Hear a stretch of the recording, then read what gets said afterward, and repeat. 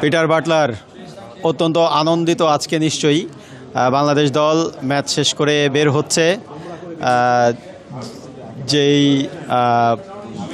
জয়টা বাংলাদেশের জন্য খুবই প্রত্যাশিত ছিল, জয়টা হচ্ছে গিয়ে একটা এক্সপেক্টেড ছিল। আপনারা মনিকাকে দেখতে পাচ্ছেন, মনিকা পায়ে ব্যথা পেয়েছে। প্রথম ম্যাচের পরেই তার ইনজুর্ড ছিল, সেই ইনজুরি কাটিয়ে তিনি আবার ফিরেছেন, কিন্তু আজকে বদলি হওয়ার পরে সাগরিকাকে দেখতে পাচ্ছেন। বাংলাদেশ দলের ফুটবলাররা হাসি কোথায়? হাসি আমরা শিউলিকে দেখতে পাচ্ছি, তার মা ইন্তেকাল করেছেন। শামসু গুটলে একটু এদিকে আসতে হবে। আমরা ঋতুপর্ণা চাকমাকে দেখতে পাচ্ছি। ঋতু, একটা দারুণ জয়, এমন একটু চাপে তো নিশ্চয়ই ছিলেন, এই জয়ের পরে কি বলবেন? আসলে ম্যাচটা অনেক টাফ ছিল। আমাদের লক্ষ্য ছিল যে ফাইনালে যাওয়ার। আমাদের এই ম্যাচটা ছিল ডু অর ডাই। বিশেষ করে আমার টিমমেট শিউলি দিদির মায়ের জন্য হলেও দেশবাসীর জন্য হলেও আমাদেরকে আজ এই ম্যাচটা বের হয়ে আসতে হবে। আমরা ওইটা করতে পেরেছি। আমরা প্লেয়াররা সবাই যারা খেলেছে, যারা এবং সাবস্টিটিউট ছিল, তারাও নেমে 120% দিয়ে খেলেছে।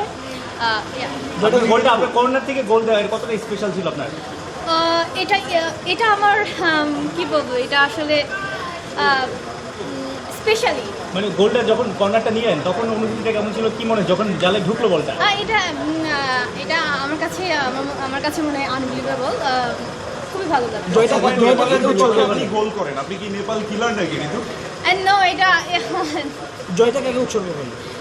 জয়টা আসলে আমাদের শিউলিদির মায়ের জন্য এবং পুরো দেশবাসীর জন্য উৎসর্গ করেছি।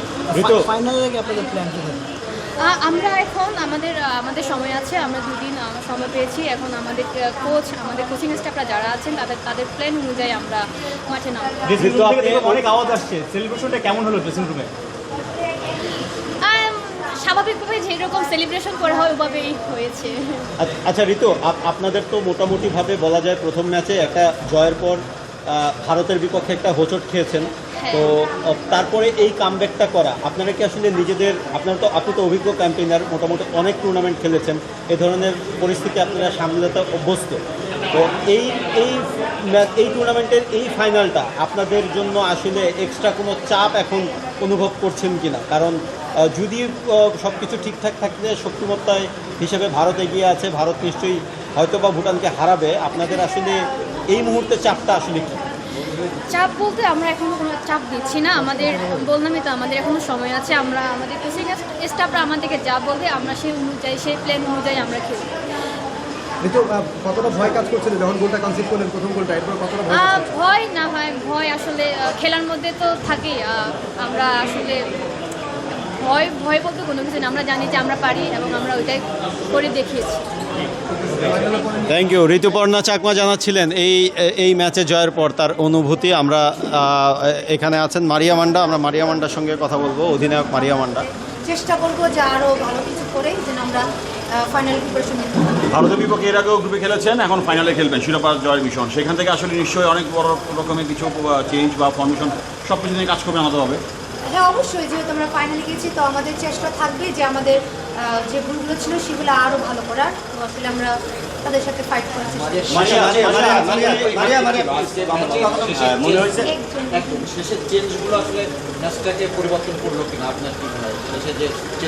হ্যাঁ, আমি তো বললামই যে আমাদের কোচ যেভাবে যে পজিশনে দিয়েছেন বা সিচুয়েশনটা বুঝেই সব কিছু উনি মেনটেন করেছেন, তো সেটার জন্য আসলে খেলা যাবে।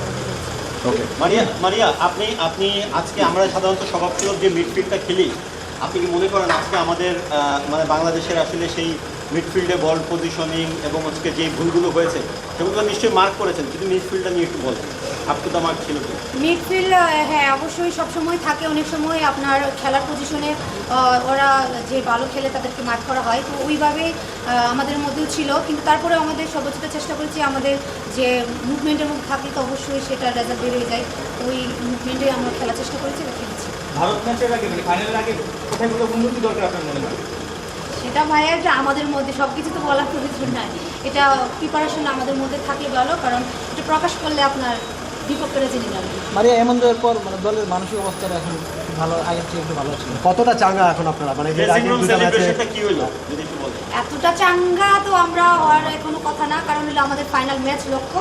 তো আমরা আসলে সেই প্রিপারেশনটা নেব, আর সবার দোয়ায় যেন আমরা খেলতে পারি সেটা সবার কাছে দোয়া চাচ্ছি।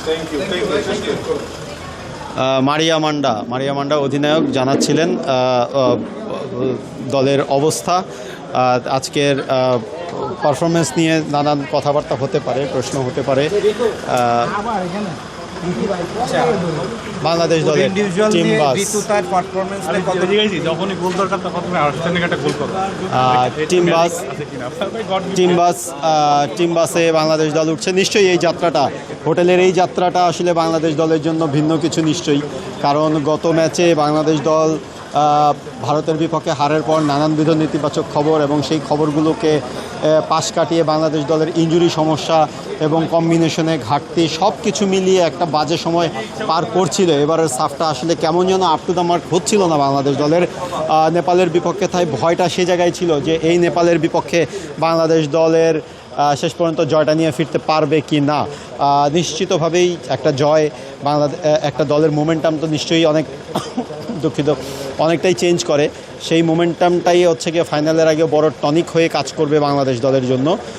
তার আগে ইনজুরি সমস্যা যেগুলো আছে এবং মিডফিল্ড এবং ডিফেন্সের যে কম্বিনেশনের যে সমস্যাগুলো আছে সেই কম্বিনেশনের সমস্যাগুলো নিয়ে কোচ পিটার বাটলার নিশ্চয়ই কাজ করবেন। এর আগে পিটার বাটলার সংবাদ সম্মেলনে তিনি দলের এই খেলায় যে পরিবর্তনগুলো করিয়েছেন, চেঞ্জেসগুলি করিয়েছেন, সেগুলো নিয়ে কথা বলেছেন। তিনি বলেছেন তিনি দলের খেলোয়াড় পরিবর্তনের ক্ষেত্রে কখনোই মনিস্টার কিংবা দানব হয়ে যান না, তিনি আসলে বুঝে শুনেই করেন এবং ইয়াং সাইডটাকে বাংলাদেশের নারী ফুটবলের উন্নতির জন্য ইয়াং সাইডটাকে তিনি তৈরি করছেন। যাই হোক, বাংলাদেশ দলের জন্য ফাইনালের জন্য শুভকামনা। ফুটবলারদের আমরা দেখতে পাচ্ছি একটা নিশ্চয়ই হাস্যোজ্জ্বল একটা জায়গা। আরেকজনের ফুটবলারের কথা বলতেই হবে, মিলি, বাংলাদেশ দলের গোলরক্ষক, দারুণ আজকে পারফর্ম করেছেন এবং তার এই পারফরমেন্সের ধারাবাহিকতা অব্যাহত থাকবে, এটাই সকলের প্রত্যাশা। তো ভারতের গোয়া থেকে এই ছিল আমার কাছে সর্বশেষ তথ্য।